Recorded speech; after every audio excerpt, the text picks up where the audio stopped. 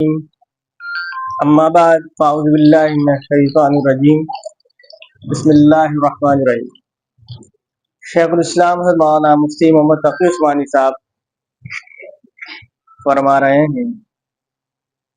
تصرف کے بارے میں۔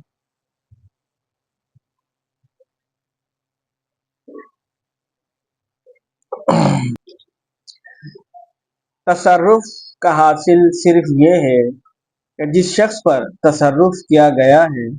تصرف کے نتیجے میں اس کی طبیعت میں ذرا سا نشاط پیدا ہو جاتا ہے، لیکن یہ نشاط دیرپا نہیں ہوتا بلکہ وقتی ہوتا ہے۔ آگے کام اس کو خود ہی کرنا پڑتا ہے۔ یہ نہیں ہو سکتا کہ اس تصرف کے نتیجے میں ساری عمر کام کرتا رہے۔ تصرف صوفیہ کا اصطلاح ہے، ہوتا نا صرف کرنا، خرچ کرنا۔ یہ تصرف صوفیہ کا اصطلاح ہے کہ شیخ توجہ ڈالتا ہے تو بندے کے اندر نیکی کرنے کا شوق، جذبہ پیدا ہو جاتا ہے، حالات میں تبدیلی آ جاتی ہے اور نیک ہو جاتا ہے۔ حضرت شیخ فرما رہے ہیں مفتی تقی عثمانی صاحب دامت برکاتہ، یہ جو تصرف ہوتا ہے، توجہ کے ذریعے جو بھی کام ہوتا ہے، یہ وقتی ہوتا ہے، یہ دائمی نہیں ہوتا۔ کرنا اصل میں خود کو ہی ہوتا ہے، لیکن بعض لوگوں کو یہ غلط فہمی ہے کہ شیخ توجہ ڈالے گا، ان کو تصرف حاصل ہے اور میں کام ہو جائے گا، میں پل بھر میں میرا زندگی بدل جائے گی۔ کرنا کچھ نہیں ہے، اب بس شیخ نے کر دیا، اب میں جو خود ہی میں نماز پڑھنے لگ جاؤں گا، تو ایسا نہیں ہوتا، وقتی ہوتا ہے، خود ہی لگ جائے گا پڑھنے۔ اگر اس نے مزید کوشش نہیں کری تو خود ہی ویسا ہو جائے گا، خود ہی ویسا ہو جائے گا جیسے پہلے تھا۔ حضرت شیخ فرما رہے ہیں تصرف کی مثال ایسی ہے جیسے گاڑی کو دھکا لگانا۔ اگر گاڑی سٹارٹ نہیں ہو رہی ہے تو اس کو دھکا لگا کر سٹارٹ کرنے کی کوشش کی جاتی ہے۔ اس دھکا لگانے کے نتیجے میں اس گاڑی میں چلنے کی تھوڑی سی صلاحیت پیدا ہوئی، لیکن جب دھکے کے ذریعے سٹارٹ ہو گئی تو اب وہ گاڑی انجن اور پیٹرول کی طاقت سے چلے گی۔ لیکن اگر انجن ہی خراب ہے یا پیٹرول ہی نہیں ہے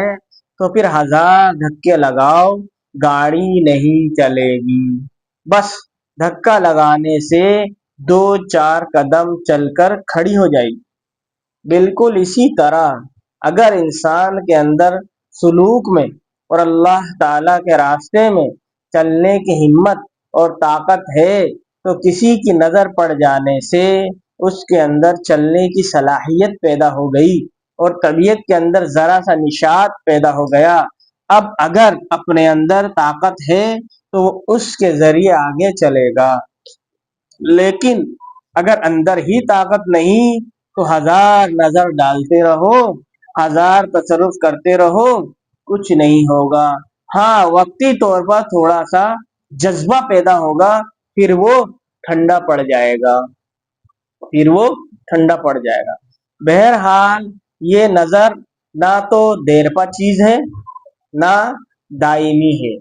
یعنی ہمیشہ رہنے والی، نہ ہر ایک کو حاصل ہوتی ہے، نہ کوئی ایسی صفت مدح ہے جس کا نہ ہونا عیب ہو۔ یعنی اگر کسی کے اندر تصرف والی صفت نہیں ہے، کسی شیخ کے اندر، یہ کوئی بری بات نہیں ہے، یہ ہونا ضروری ہے، اگر ہے تو ٹھیک، نہیں ہے تو کوئی بات نہیں، کوئی ایسی خاص بات نہیں ہے، کوئی خاص کوالٹی نہیں ہے کہ ان کے اندر یہ صفت ہے، نظر ڈالتے ہی یہ ہو جاتا ہے اور تصرف حاصل ہے ان کو کسی کے اوپر، تو یہ کوئی ایسی بات نہیں ہے۔ اور اگر نظر سے فائدہ ہو بھی جائے تو وقتی ہوگا، آخر میں کام اپنی ہمت ہی سے کرنا ہوگا، انجن اپنا مضبوط کرنا ہوگا، اسی انجن سے ہی گاڑی چلے گی، دھکے سے نہیں چلے گی۔ لہذا اصل کام یہ ہے کہ اپنی ہمت کو تازہ کرو۔ اسی لیے حضرت والا فرماتے ہیں اعمال کی اصلاح اور باطن کی اصلاح کا طریقہ یہ ہے کہ نفس کے جذبات کی مخالفت کی جائے اور اس کو مشقت کا عادی بنایا جائے۔ اس کو جتنا مشقت کا عادی بناؤ گے وہ بنتا ہی چلا جائے گا اور اس کے نتیجے میں تمہارا کام بنتا چلا جائے گا انشاءاللہ تعالی۔ پھر اس سے ظاہری اعمال بھی درست ہوتے چلے جائیں گے اور باطن بھی درست ہوتا چلا جائے گا۔ اس سے یہ بات سمجھ آئی، یہ جو بعض لوگوں کا خیال ہے میں کچھ نہ کروں، حضرت ایک نظر ڈالیں گے، وہ ہے نا یہ نظر میرے پیر کی، مشہور ہے نا قوالی، یہ نظر میرے پیر کی، آگے مجھے یاد نہیں ہے، تو بھائی ایسی کوئی بات نہیں، صورت میں آ گئی میرے صورت فقیر کی۔ تو بھائی اگر ایسا ہوتا، پیروں کے پیر سب سے بڑے پیر کون ہے بتاؤ بھائی؟ پیروں کا پیر کون ہے؟ نبی علیہ الصلوۃ والسلام، آپ صلی اللہ تعالی وسلم۔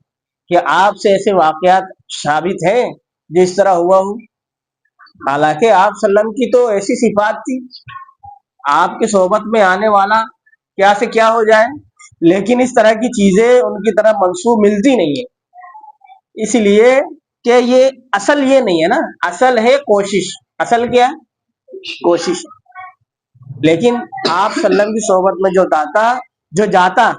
اگر اس کی نیت صحیح ہوتی تو فوراً اس کا تزکیہ ہو جاتا تھا۔ یہ آپ صلی اللہ علیہ وسلم کی صلاحیت تھی، آپ کی صحبت کا اثر تھا۔ اس کی مثال اور عام مشائخ یا علماء کی مثال ایسی ہے، یہ کوئی تصرف والی بات نہیں ہے، یہ اللہ کی طرف سے عنایت ہے، ایک خاصیت ہوتی ہے کہ جیسے آپ صلی اللہ علیہ وسلم کی صحبت میں کوئی جاتا تو اس کی زندگی بدل جاتی، اور عام مشائخ یا علماء کے پاس جائے تو فوراً ایسی کوئی تبدیلی آتی نہیں، لیکن فائدہ ضرور ہوتا ہے۔ صحبت کا فائدے سے انکار نہیں کر سکتے آپ، صحبت کا فائدہ یقینی ہے، علماء کی صحبت، بزرگوں کی صحبت کا فائدہ ضروری ہے۔ جیسے غلط لوگوں کے ساتھ اٹھنا بیٹھنا کرو گے تو غلط بن جاؤ گے، اچھے لوگوں سے اٹھنا بیٹھنا کرو گے اچھے بن جاؤ گے۔ تو آپ صلی اللہ علیہ وسلم کی مثال سورج کی روشنی کی طرح ہے، اور علماء مشائخ کی مثال کسی کا بلب ہے 200 واٹ، کسی کا 100 واٹ، کسی کا 50 واٹ، کسی کا وہ جو نائٹ بلب لگاتے ہیں نا 0 واٹ بولتے ہیں، بالکل کم روشنی ہوتی ہے لیکن ہوتی ہے۔ جتنے بھی بزرگ اللہ والے ہوں گے ان کے اندر ایسی صفات ہوتی ہیں کہ اس سے فائدہ پہنچتا ہے، لیکن یہ جو خیال ہے سارا کام شیخ ہی کر دے گا، یہ کوئی اچھی بات نہیں ہے، ایسا سوچنا بھی اچھی بات نہیں ہے۔ اسی لیے ایسی صفت کا نہ ہونا کسی شیخ کے اندر یہ کوئی شیخ کی خامی نہیں، شیخ کی خامی نہیں ہے یہ کہ ان کے اندر ایسی صفت نہیں ہے کہ تصرف کر لے، بلکہ تصرف پر علماء نے کتاب لکھی ہے، ہر بعض تصرفات بعضوں کو حاصل ہوتی ہے، تصرفات کی قوت صلاحیت، بعض تصورات جائز ہی نہیں، تصرفات جائز ہی نہیں۔ مرید کے اوپر ایسا تصرف کر لینا کہ مرید سے اپنے مرضی سے کام لے جو وہ غیر شرعی جائز بھی نہیں ہے، خیر وہ لمبی تفصیل ہے۔ تو یہ بات درست نہیں ہے کہ شیخ اسی آسرے پر ہے کہ بس وہ شیخ کے صحبت میں چلا گیا اب میری زندگی بدل جائے گی۔ ایک شعر مجھے بار بار آ رہا ہے دماغ میں، وہ نکل رہا ہے، وہ کہتے نا ہاتھ دیا ہاتھ میں اور ہمارے ایک بزرگ ہے، میں نام نہیں لے رہا کیونکہ یہ بات مناسبت نہیں ہے، نام لینا مناسب نہیں ہے۔ ہاں میں نے ہاتھ دی اپنے شیخ کے ہاتھ میں، بدل گیا میں ایک ہی رات میں، اس طرح کا کوئی یہ ہوتا ہے ایسا، لیکن یہ کوئی عمومی بات نہیں ہے کہ ایسا ہو، بعضوں کو ہو جاتا ہے، ایسا نہیں کہ رات ہی رات میں انسان کی زندگی بدل جائے، تو ایسا کچھ بھی نہیں ہوتا۔ اصل یہ ہے کہ بھائی خود کوشش کرے، محنت کرے، انشاءاللہ شیخ کی صحبت سے فائدہ ہوگا، مدد ملے گی، لیکن کوشش آپ نے خود کرنی ہے، کوشش خود کرنی۔ بالکل کیسی بہترین مثال ہے، گاڑی کو دھکا لگائے تو گاڑی سٹارٹ ہو جاتی ہے، پھر چلتی ہے دھکے کی وجہ سے نہیں ہے، چلتی اپنے انجن سے اور پیٹرول سے۔ تو گویا شیخ نے تھوڑی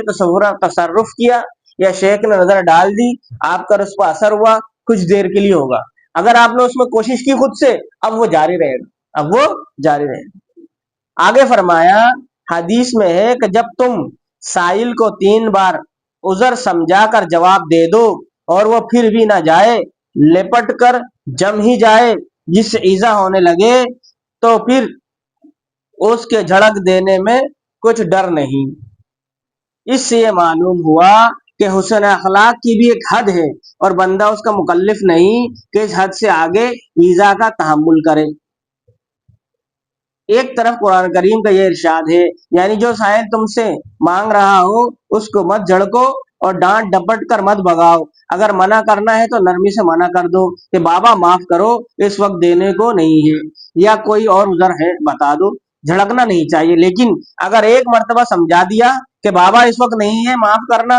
پھر وہ مانگ رہا ہے، پھر سمجھا دیا کہ بابا معاف کرو، پھر وہ پریشان کر رہا ہے، پھر تیسری مرتبہ سمجھا دیا، 3 مرتبہ سمجھانے کے بعد اب تم نرمی کرنے کے مکلف نہیں ہو، اب اگر تم اس کو جھڑک دو تو بھاگ یہاں سے، یہ جھڑکنا تمہارے لیے جائز ہے، گناہ نہیں ہے، ڈرنا نہیں چاہیے۔ ایک دفعہ کہہ دیا، 2 دفعہ کہہ دیا، 3 دفعہ کہہ دیا، اب اس کو آپ جھڑک دو تو یہ منع نہیں ہے، جھڑکنا اس میں داخل نہیں ہے۔ جیسا کہ حدیث میں آیا، حضرت والا فرماتے ہیں اس سے پتہ چلا کہ لوگوں کے ساتھ حسن اخلاق کی بھی ایک حد ہے، یہ نہیں کہ حسن اخلاق کا حکم انسان کو غیر متناہی تکلیف پہنچانے کے لیے دیا گیا ہے، دوسرا شخص چاہے کتنی تکلیف پہنچائے مگر یہ برداشت ہی کرے اور حسن اخلاق ہی کا مظاہرہ کرے، ایسا نہیں ہے، بلکہ ایک حد کے بعد ظاہراً بد اخلاقی اور مظاہرہ کرنا پڑے تو اس میں بھی کوئی حرج نہیں، کیونکہ ہر چیز کی اللہ تعالیٰ نے ایک حد رکھی ہے، اسی حد وہ محمود بھی ہے اور مطلوب بھی ہے، اس حد سے آگے کا انسان مکلف نہیں۔ اگرچہ انسان کا حتی الامکان یہ کوشش کرنی چاہیے کہ وہ غصہ نہ کرے۔ ہمارے حضرت مولانا مسیح اللہ خان صاحب رحمۃ اللہ علیہ فرمایا کرتے تھے کہ ویسے تو بے محل غصہ کرنا گناہ ہے اور برمحل غصہ کرنا جائز ہے، لیکن بے محل غصہ کرنے سے اپنے آپ کو بچانے کے لیے اس کی مشق کرنی پڑتی ہے کہ برمحل بھی غصہ نہ کرے، یعنی جہاں غصے کا موقع ہے وہاں بھی غصہ نہ کرے، تاکہ غصہ نہ کرنے کی عادت پڑ جائے۔ اور مبتدی کو تو چاہیے کہ پہلے تو غصہ بالکل چھوڑ ہی دے، نہ برحق غصہ کرے نہ حق غصہ کرے، پھر جب غصہ قابو میں آ جائے تو برحق غصہ کرنے میں کوئی حرج نہیں، کیونکہ برحق غصہ کرنا جائز ہے، وہ کوئی رذیلہ نہیں ہے۔ اب یہ دیکھنا کہ کس حد تک انسان میں حسن اخلاق سے پیش آئے، یہ وہ مقام ہے جہاں انسان دھوکہ کھا جاتا ہے۔ یہی وہ چیز ہے جو بزرگوں کی صحبت سے حاصل کی جاتی ہے کہ کس جگہ آدمی غصہ کرے اور کس جگہ غصہ نہ کرے۔ یہ کوئی ریاضی کا فارمولہ نہیں جو 2 اور 2 4 کی طرح سمجھا دیا جائے کہ فلاں جگہ پر رک جاؤ، فلاں جگہ پر غصہ کر دو، بلکہ بزرگوں کی صحبت کے نتیجے میں ایک ذوق اور ملکہ پیدا ہو جاتا ہے، پھر اس ملکہ کے ذریعے انسان فیصلہ کرتا ہے کہ یہاں پر غصہ کرنا صحیح ہے اور یہاں پر غصہ کرنا غلط ہے، اور یہ ملکہ صاحب ملکہ کی صحبت کے بغیر حاصل ہو ہی نہیں سکتا۔ صاحب کمال کو دیکھیے کہ وہ کس طرح عمل کر رہا ہے، اس کو دیکھنے سے اپنے اندر بھی وہ ملکہ رفتہ رفتہ پیدا ہو جاتا ہے۔ چونکہ ہمارا عنوان تصوف ہے،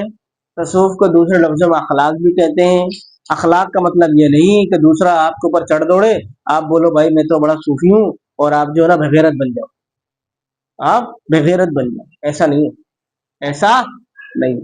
بلکہ ایک حد تک صبر کریں، اس کے بعد اب آپ اپنے میں آ جائیں تاکہ اس کا دماغ ٹھکانا آ جائے، اس کا دماغ ٹھکانا آ جائے۔ آپ جیسے ان میں فقیر کا مثال دیا، منع کر رہے ہیں منع کر رہے ہیں منع کر رہے ہیں، نہیں مان رہا، اس کو سنا دو تاکہ اس کا دماغ ٹھکانا آ جائے۔ اب ہے ہی نہیں، کہاں سے دے بھائی، پیچھے لگا ہوا ہے۔ بعض جگہ آپ نے دیکھا ہوگا کہ آپ فقیر کو منع کریں پیچھے لگ جاتے ہیں، بلکہ ایک کو دیا آپ نے، بس آپ کی مصیبت آ گئی، خدا ہی عذاب آ گیا، جسے لائن لگ جائے گی، آپ کو پتہ ہی نہیں ہوگا یہ کہاں سے آ رہے ہیں، ہم بھگت چکے ہیں، ہم بھگت چکے ہیں، اب یہ نہیں، ہاں وہ بس وہ انتظار میں ہوتے ہیں کس کے جیب سے نکلتا ہے، ایک ہوتا ہے آگے، پیچھے سارے تیار ہوتے ہیں۔ جیسے آپ دیکھتے ہیں نا، ایک بیٹسمین شاٹ کھیلتا ہے، فیلڈر سب الگ الگ ہوتے ہیں، 11 کھلاڑی ہوتے ہیں، کیچ ایک نے پکڑا ہوتا ہے، سب اس کے پاس بھاگتے ہیں، اسی طرح سب اس کی طرف بھاگتے ہیں جہاں سے ایسے نکلا ہے۔ تو اس لیے ہر چیز کی ایک حد ہے، اس کے بعد آپ شریعت کے اندر رہتے ہوئے اپنے غصے کا بھی استعمال کر سکتے ہیں، لیکن مبتدی جو تصوف کے راستے میں ابتدان ہو، نیا ہو، بالکل شروع میں ہو، اس کو چاہیے کہ وہ ایسا نہ کرے، بلکہ وہ اپنے شیخ سے پوچھ کر حال اپنی زندگی گزارے اور اس کو سمجھے۔ تو غصے کا یہاں مثال دیا کہ غصہ بعض جگہ جائز ہے بعض جگہ جائز نہیں، لیکن آپ ہر جگہ غصہ کرنا چھوڑ دیں تاکہ غصے پر قابو کی پریکٹس ہو جائے، ورنہ عموماً آپ دیکھیں گے حادثہ ہو گیا، اب وہ کہتا ہے بس غصے پہ قابو نہیں کر سکا، معافی چاہتا ہوں، غصے میں نکل گیا، اب وہ تو نکل گیا، پکڑ کے دکھاؤ، جو لفظ مجھ سے نکل گیا تو نکل گیا، اب کیا کر لو گے؟ بعض الفاظ منہ سے ایسے نکل جاتے ہیں غصے میں اپنا نقصان ہو جاتا ہے یا دوسرے کا۔